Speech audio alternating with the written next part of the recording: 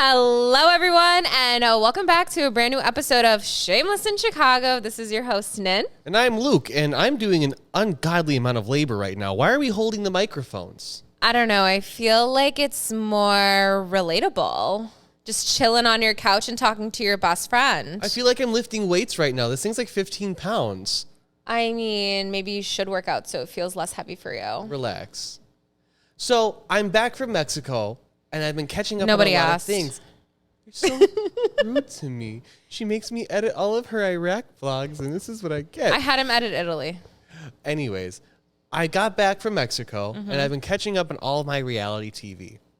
And I've come to realize something. Reality TV is the fakest thing in the world. What? Yeah, I'm watching this new season of Big Brother, season 26. Okay. And we have 16 house guests, right?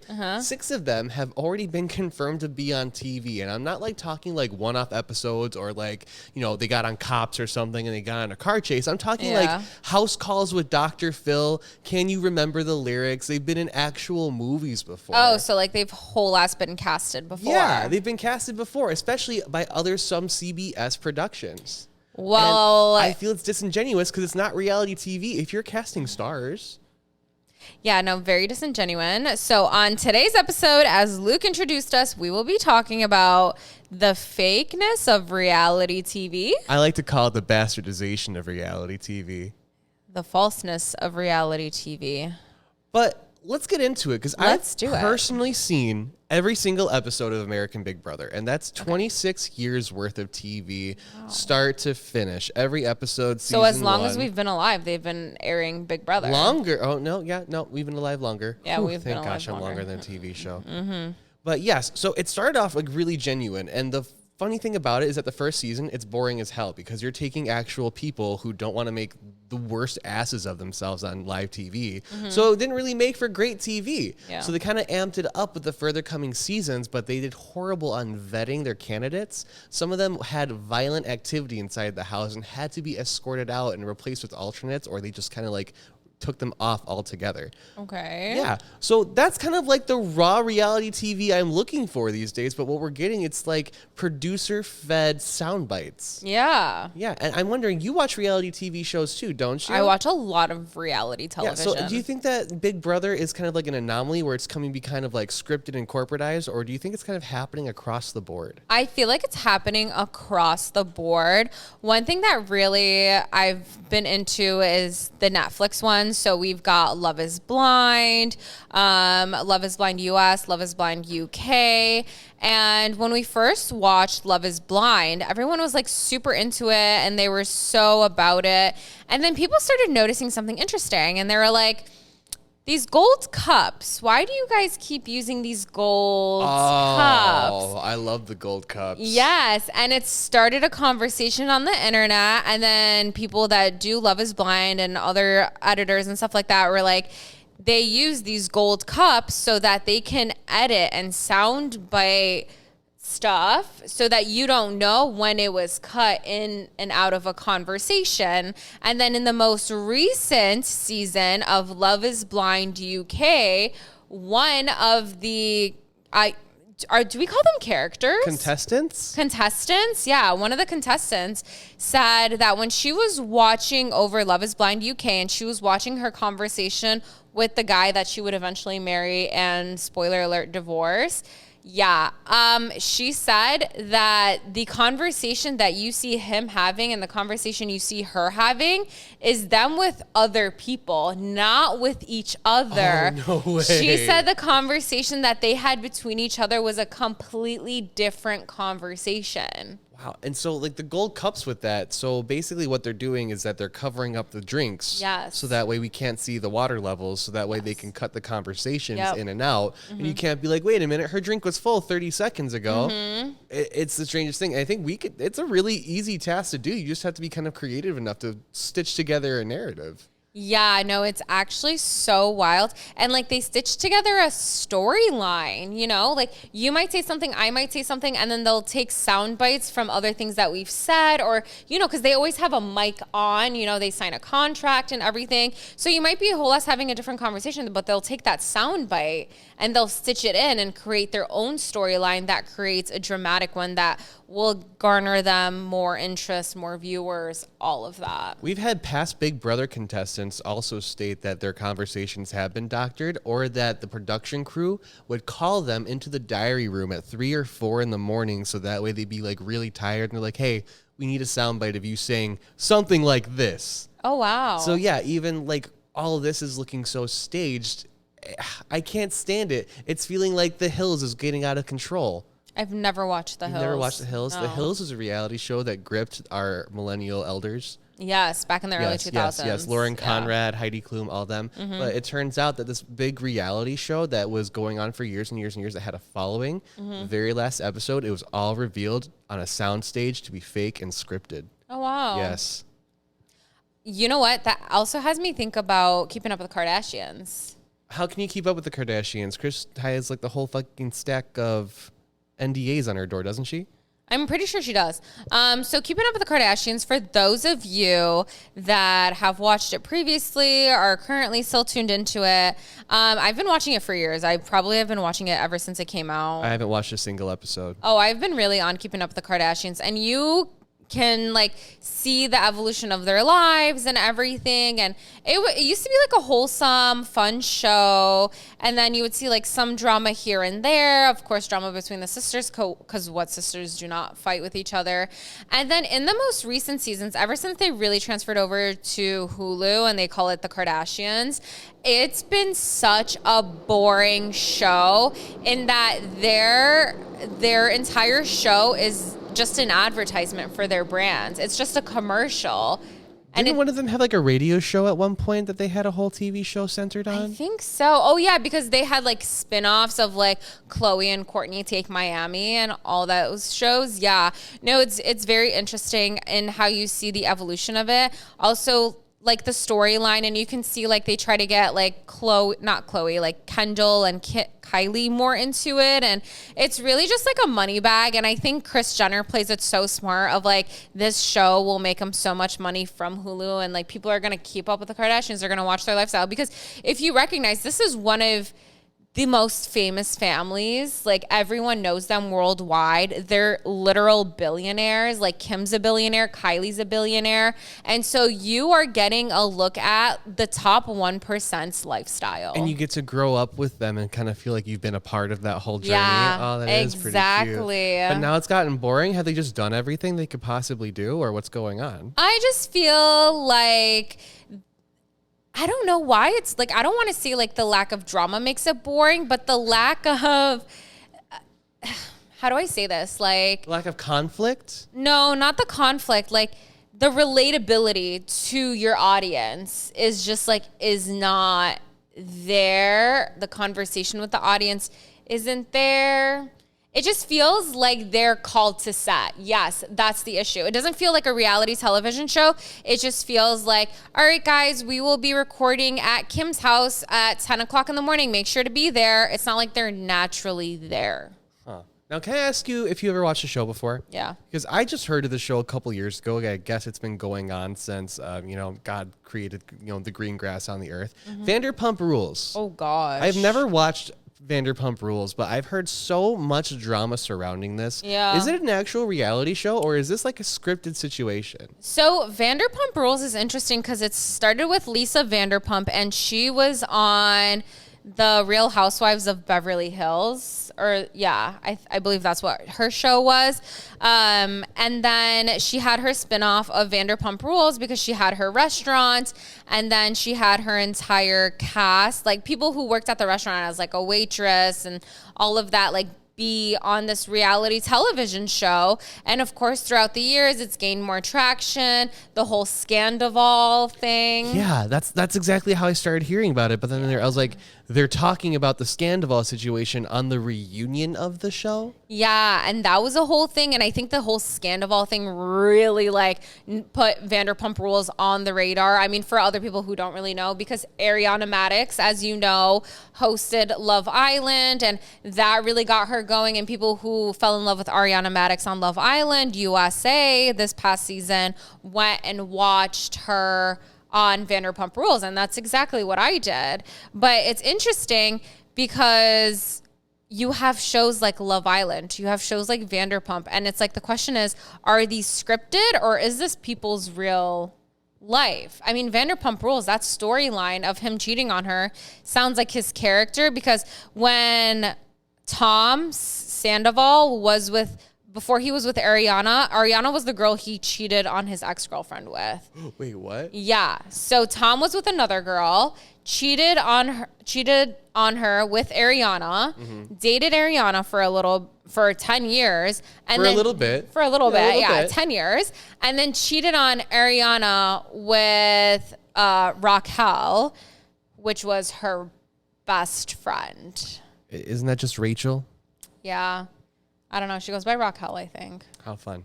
Yeah. Anyways, so this guy's basically just made his way through the entire friend group. And then, Is he collecting a check off of this show at the same time? So get this.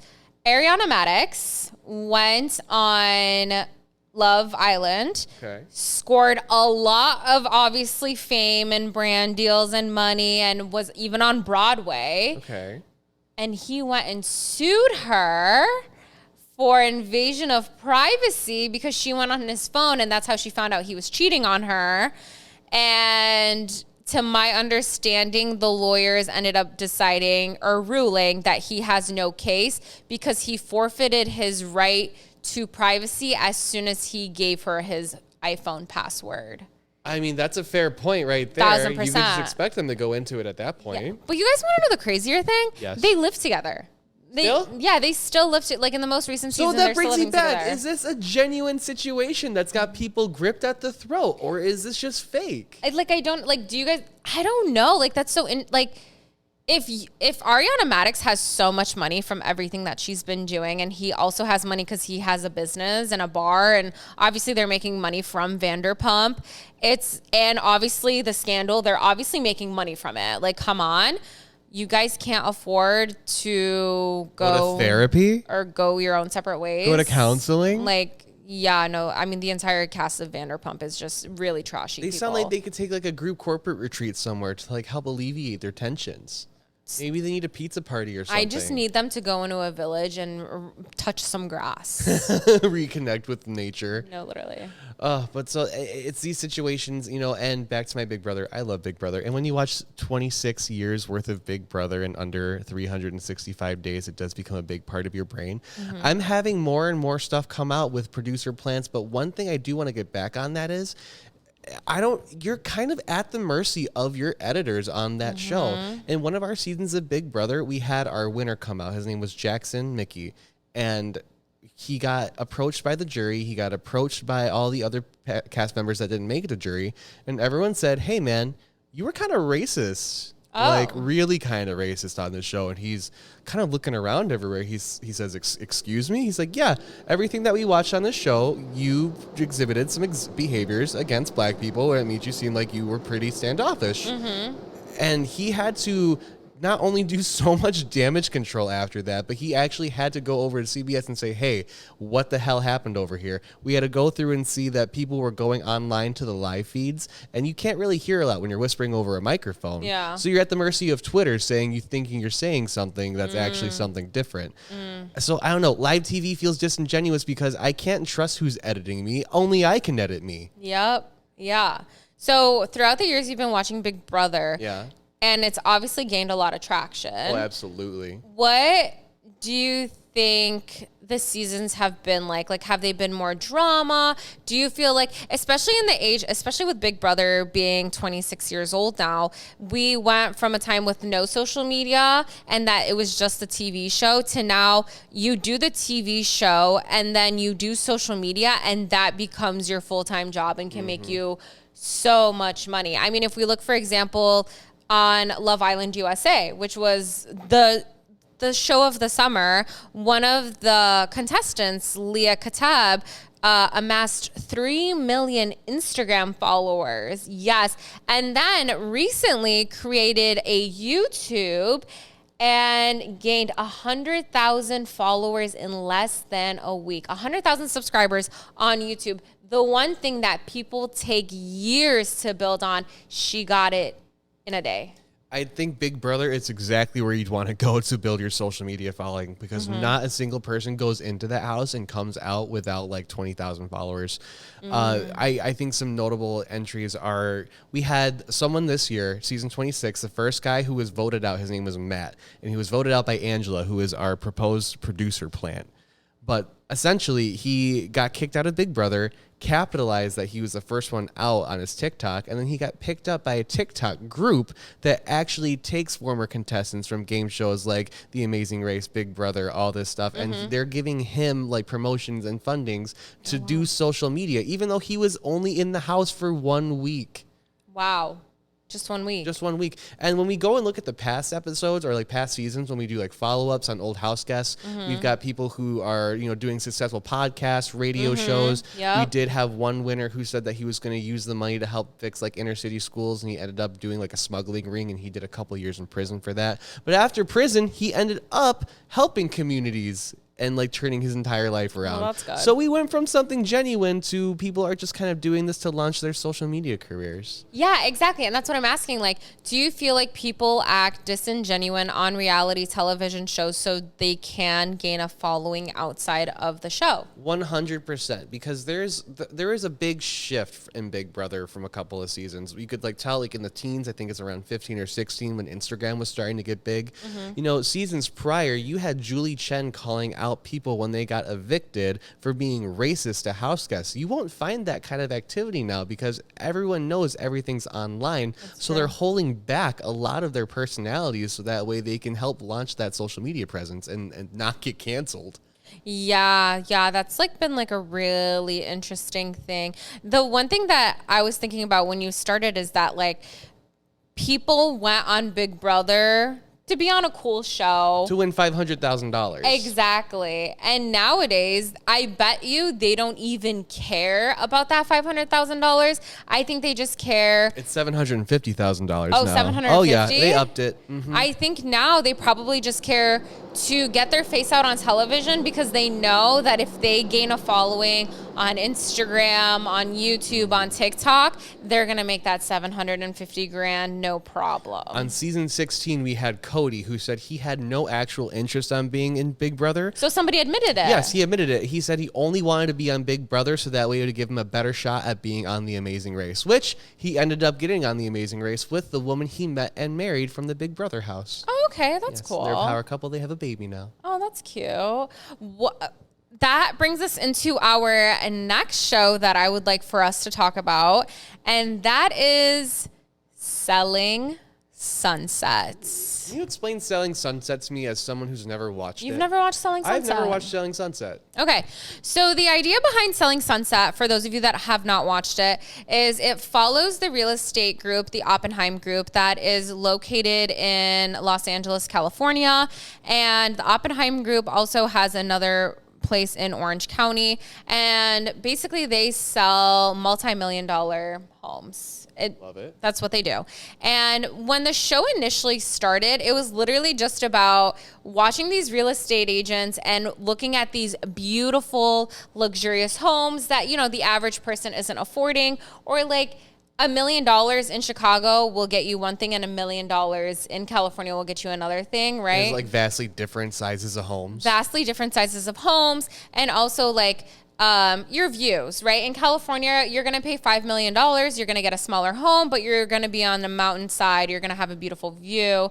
Whereas in Chicago, you're going to get a beautiful mega mansion for $5 million. Or a sky home. I think I'd rather have the sky home. Whatever it is that you want. But that's what Selling Sunset used to be about, right? Okay. And then as it gained a little bit of popularity, gained traction, because I believe Selling Sunset was the first reality show on real estate, right? So then you had other ones come after, like... So that was the originator? kind of To like everyone to Property Bros, Flip This House, all that? well, they were HGTV. This is Netflix. This is Netflix taking a toll on it. And and then it became about their fashion, right? So then they started to hire stylists and they started to do their hair and their makeup. And like, if you are a Selling Sunset fan, I highly, highly encourage you to watch the first ever episode of Selling Sunset and then watch the latest episodes. And throughout the years, obviously the characters have changed. You know, agents have come, agents have left, agents have been let go, all of that. And at first you see like this drama is starting to formulate. The women are very catty with each other. One thing that I find interesting about the Oppenheim group in their Los Angeles division is that all of the people on the show are women. The only men are Brett and Jason, the owners of the Oppenheim group. And so now this season, there has on Selling Sunset. On Selling Sunset, season 8 of Selling Sunset has been a lot of drama, and it's almost disgusting. Tell me how. Like, does it seem just too played out, or is it just really like, egregious? What kind of drama are we getting? It seems played out. It seems like each of them are fighting for their chance for their 15 minutes of fame. Like, they're trying to be as relevant as they can on the show. Like, for example, one of the characters, her name is Nicole, and when Selling Sunset aired this season, and you know, the TikTokers that watch the show right away, because their job at this point has become to report on the show, we're like, oh, Nicole did this, Nicole spread this rumor, blah, blah, blah. People are like, who the fuck is Nicole? who is Nicole? I don't know who that is. People were like, I literally had to, you know, on the search bar on TikTok, they had to be like, who's Nicole? And so people are like, oh my God, I like completely forgot about her. And then somebody else on Selling Sunset created a TikTok about like the wannabe real estate agent wanted to join the Oppenheim group, and people were like, who the fuck are you talking about? And then somebody commented, oh, are you talking about Cassandra? And people are like, who's Cassandra? And then you click on her and you see like the one scene she was in last season where she was trying to like stir up some drama with the other real estate agents. So are they just kind of bringing in side characters that have nothing to do with the actual show to bring in drama, and then they're just kind of gone until the next season? I think like they're just bringing people in because the executive producer is Jason Oppenheim. So executive producer is what? The person who's producing the show and the person who gets the final say as to what. And he also owns the business. He also owns the business. Okay. Yeah. So if that tells you anything, just look at the executive producer. Who is it? Like in the Kardashians, the executive producer used to be Ryan Seacrest, right? He was the one who had the say. You know who one of the executive producers is on Keeping Up with, or on the Kardashians on Hulu? Who? Kim Kardashian's stylist. Wait, what? Yeah. Why? Yeah, I forgot her name, but I think her last name is Levy, and I remember her because Dan Levy in Schitt's Creek. I think her name is Danielle Levy. So does she just run a couple different positions? Like stylist is like they're saving on actually hiring a stylist? No, she's actually Kim Kardashian's stylist, and she's also the executive producer, which I find so interesting. Yeah. I would also love to be an executive producer from a stylist position. No, exactly. How do you go from stylist to executive producer over your boss's reality television show, who Danielle Levy barely shows up? Well, I mean, hey, who do women trust their secrets with more? Their stylist, exactly. Their hairdressers. Yeah. So there. As a hairstylist, you know too much. So she's already gotten herself way too in. So Kim can't afford not to hire her on as the executive producer. Maybe, perhaps. So yeah, this season of Selling Sunset, in my opinion, has been disgusting, has been too drama-filled, has been really shallow. These women are hardly professionals, the way they dress, the way they act, the way they talk to each other. And some parts they'll admit that it's their real life. Other parts, they'll be like, oh, it was curated. Like, for example, Chelsea Lascani, she's one of the real estate agents. Her husband cheated on her. And yes, and we find that out this season, obviously, but we knew they were divorcing because obviously E! News comes out with it, you know, all the celebrity news and gossip.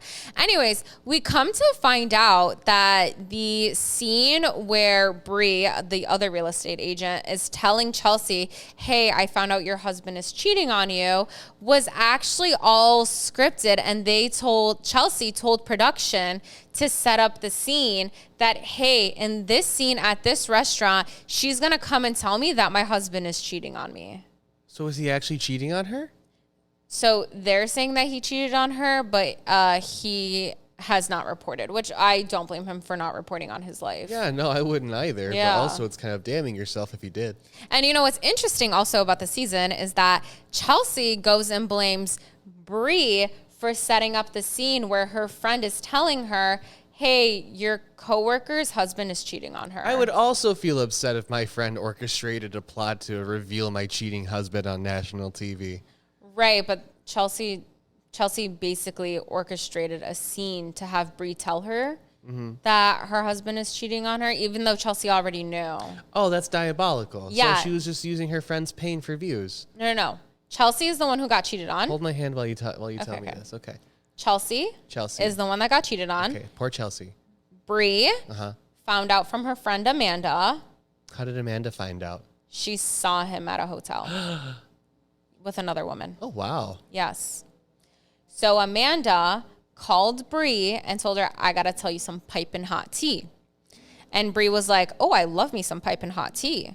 And then she went and they were filming and she told her, hey, just to let you know, Chelsea's husband is cheating on her. And Bree was like, oh shit, I'm not even close with Chelsea. She doesn't even like me.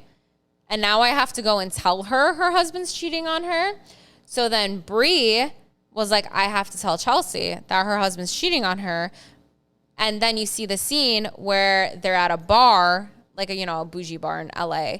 And Bree goes and tells Chelsea, hey, like, your husband's cheating on you. And Chelsea's like, oh shit. And then like tears up a little bit. And then everyone was like, who watched the show was like, Chelsea's reaction wasn't the reaction we thought. And so that's how it came out of them, that Chelsea knew her husband was cheating on her. And she set up the scene for Bree to tell her that her husband was cheating on her, but like let production know we're going to have this scene.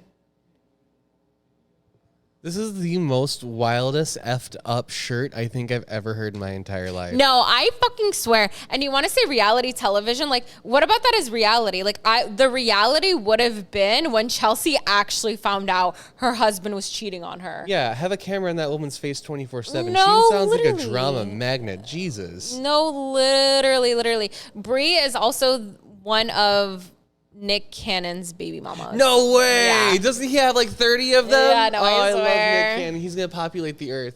No, I swear. It's so funny. Oh, which also reminds me, Nick Cannon ran his own reality show. It was one? a game show, Wild and Out. Oh, okay. A bunch of rap groups that would go together. I think that was the last time that this country had an actual, genuine reality TV show. Yeah. Yes, I loved them. I can't remember a single performance that was done there. It was all a fever dream to me. Yeah. But yes, Nick Cannon ran the best reality show on MTV. Yeah. Like reality television, like My Super Sweet 16, probably also. Fake. Yeah. Oh my gosh. Wait, My Super Sweet 16 was fake? Have you ever gone on? Oh my gosh. Do you have Paramount Plus? No. That's a lie. You have my Paramount Plus. I'm sure of it.